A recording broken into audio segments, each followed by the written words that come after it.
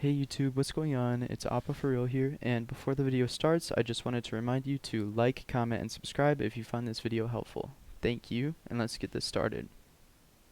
If you're wondering how I went from being this bad on controller to somewhat decent, as you'll see in the next clip, then stick around for the rest of the video.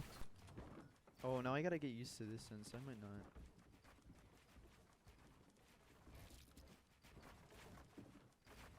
Oh, that would have been sick side jump too.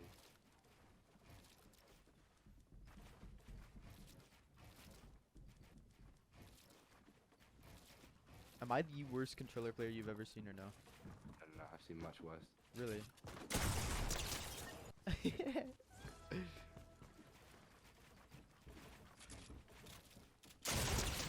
What the fuck? Alright, so I think the first thing that is worth mentioning in this video is that in the first clip, it was my first day ever playing Claw, and I played Claw on this controller here, the Xbox Elite Series 1 with no paddles in the back. And then the second clip, I was playing on my PS4 controller, regular right-hand Claw.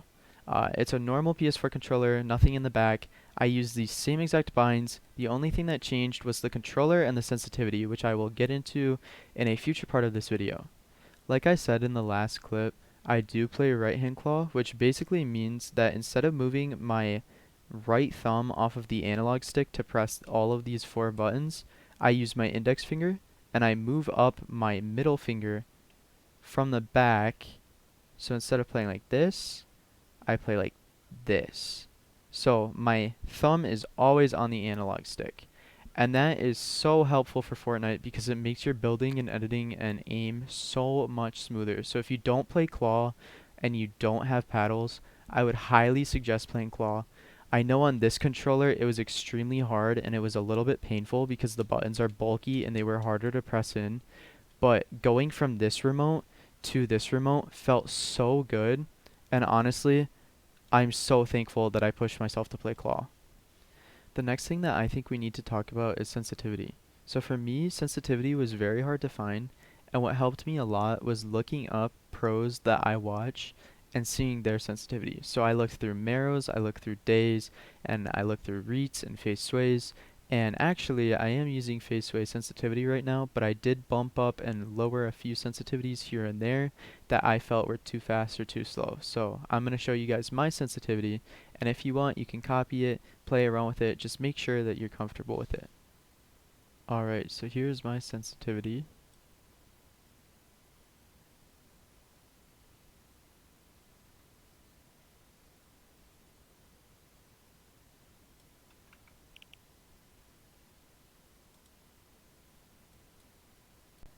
Being that I mentioned sensitivity, we might as well mention settings. And before we do that, I do play on generic just because it gives me less input delay. I've heard many things about Xbox, PlayStation 4, and generic, so just find what works best for you. Personally, generic feels the best, and it looks the best in my opinion, so use it if it feels the best for you too.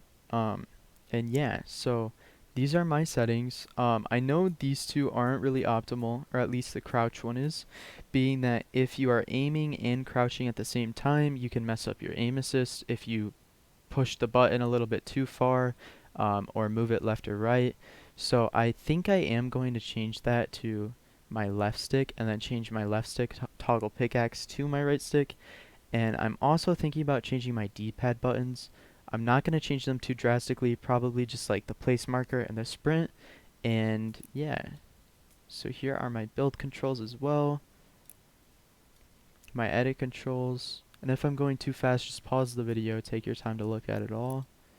Here's my ability controls, and then my dead zones, which you saw were 9 and 9. The next thing that I would like to talk about is the problem with the aim assist. So as soon as you join controller, just like I did, I noticed so much aim assist, being that on keyboard and mouse, I had absolutely nothing.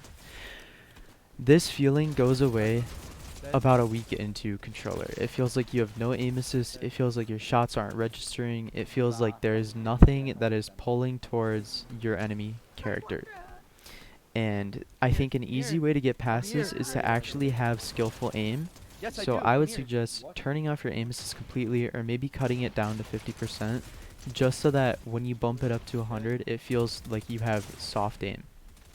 In the time that you turn off your aim assist, it's very important to learn how to play good peeks, right hand peeks, play with cover, Wins play by from like high ground, 9-10. and play without exposing yourself. Because these are the things that are going to help you in arena during endgame when you can't frag out because you have no more SMG ammo, AR ammo, or they're not reloaded and you have no time to reload them. When aim assist is off, it's important to work on crosshair placement so that when you turn it back on, not only is your natural aim going to follow their heads, but the aim assist is going to give you even more damage than you deserve for the shot that you just hit.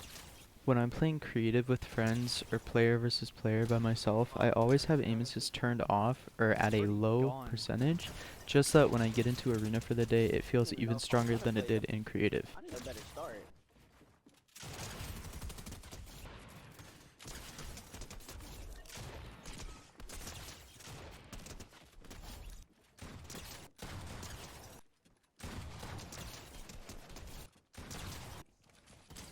Crack dead. Dead.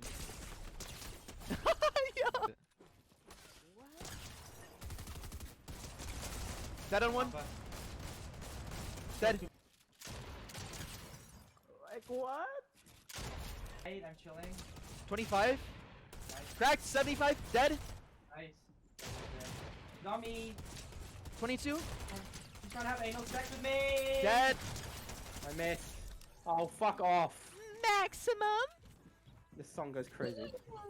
Facts, dude. I'm thinking about making a montage for Ven on this. I'm gonna make a montage with this song now. That's a good idea. Wait, do I? Oh, fuck. Oh!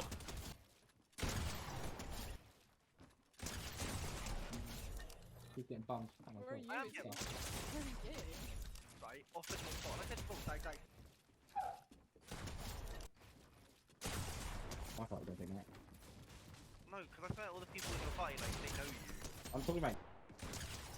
I know I really didn't say a whole lot in this video, but it kind of speaks for itself. You just gotta keep grinding, stay on the same settings, stay on the same sensitivity, and if you change anything, don't change everything. Only change one thing at a time until you're comfortable with it, and then just stick with it and work on the next thing. Work on piece control, work on aim, and work on edit speed, and all of that stuff, and you will be fine. It took me about a week to start seeing improvements, and I've been going for about 30 days now, so if I get even better than I do now, which I completely doubt because I'm not the best player, I will most likely post another update tutorial. But if you guys like this content, please feel free to like, comment, and subscribe for more.